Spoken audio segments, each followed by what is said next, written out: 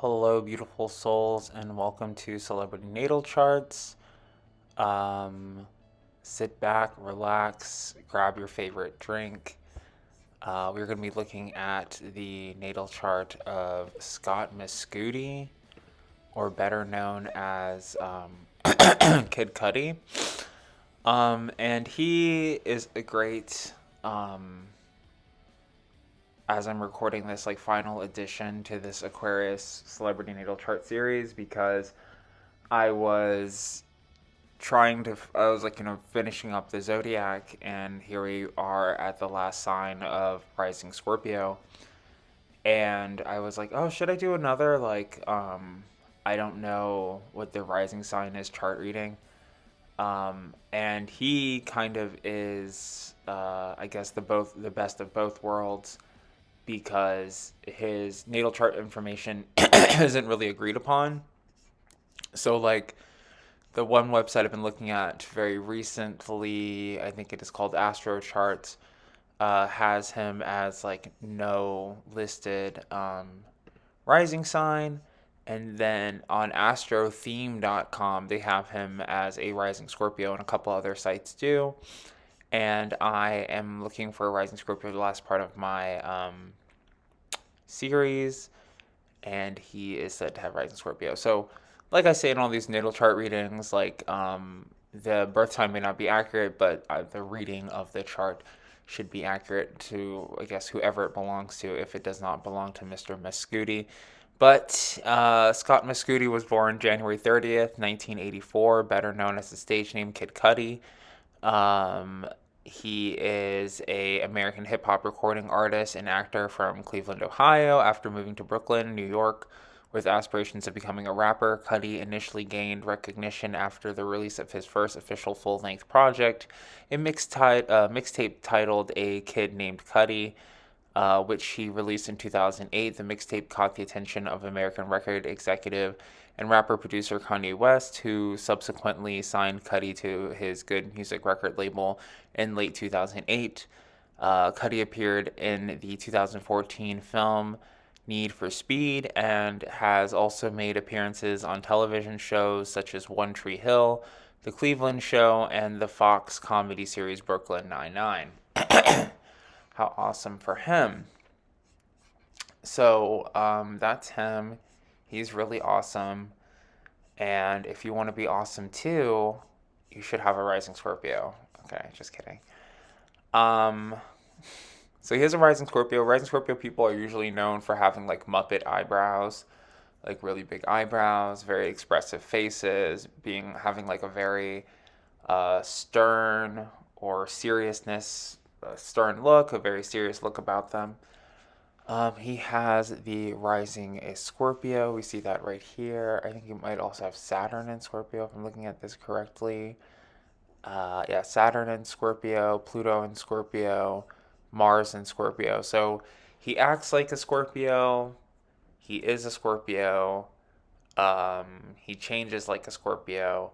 But also his Scorpio-ness is also a setback or a limitation for him. So maybe there's a lot of things that he wants to achieve, but something about the way he looks stops him from doing that. And it's also like that thing too about like what people say about astrology girlies, and they're like, oh, like this is not because you're a Scorpio, it's because you're like a jerk or something. So maybe he's like a huge jerk and he like doesn't want to be, but it is what it is. So having the rising Scorpio gives him a second house in Sagittarius, which is similar to the Justin Bieber chart because he is also a rising Scorpio. He was the Pisces rising Scorpio. And from that, I always say that like British Bake Off or Jeopardy or some type of like game show seems like the best bet for fame. But from what this bio seems like, he just moved to New York and got Kanye West's attention, um, which I guess is a pretty good avenue for that as well. He has Uranus and Sagittarius, which says to me that like he probably has a lot of competitive friends that he competes against. So maybe having been so competitive with his friends in rap music is what made him very successful, makes him a lot of money. Perhaps he did like rap battles or something like that to make money or for attention. And then his third house of Capricorn. So, what is said about people with rising Scorpio and their third house in Capricorn is that they have a lot of love or affinity for their like mother's sisters specifically. So, like, not their father's sister or their aunts from that side of the family, but like specifically their mother's sisters. He also has Jupiter, Venus, and his moon and Mercury all in Capricorn as well. So this means that they probably bring him a lot of luck. Capricorns are very lucky for him. He's probably very attracted to Capricorn and Capricorn qualities. When he gets emotional, he probably starts talking about money and business. Probably talks about money and business all the time. Or like his mother's sisters or his mother's family.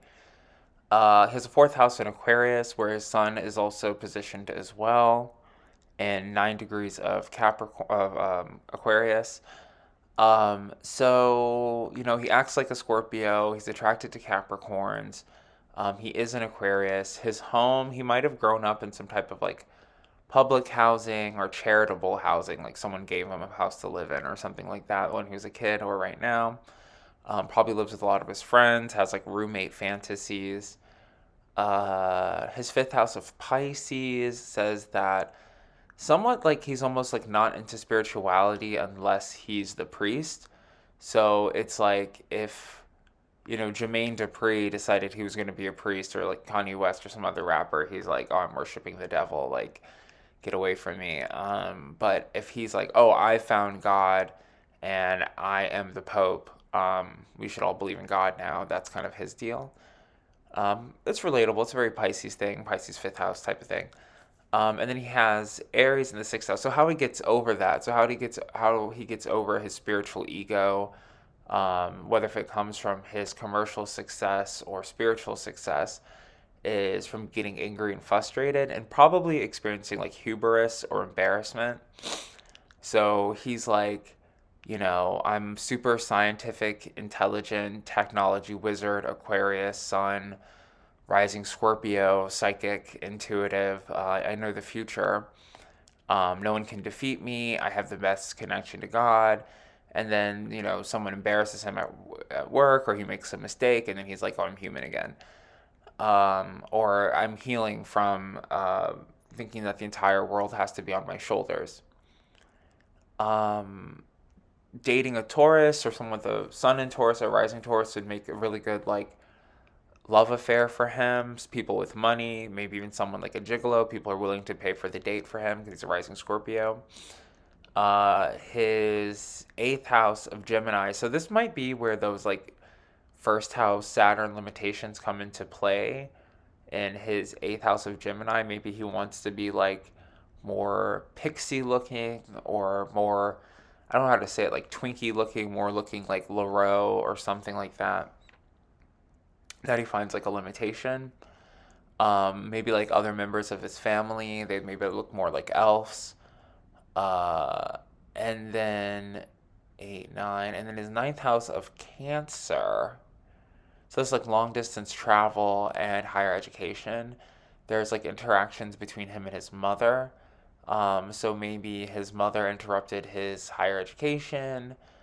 Um, Perhaps, his mother or mother side of the family come from a faraway country, causing gaps in his education. And then also he has a lot of feelings about travel and college and things like that. Scorpio, they tend to be pretty like conspiracy theorists, conspiracy theorists. So, he might have like theories about college and, what goes on there in secret societies that might make him like not really want to participate. And in his 10th house, he has Leo. So it's like his destiny to be famous.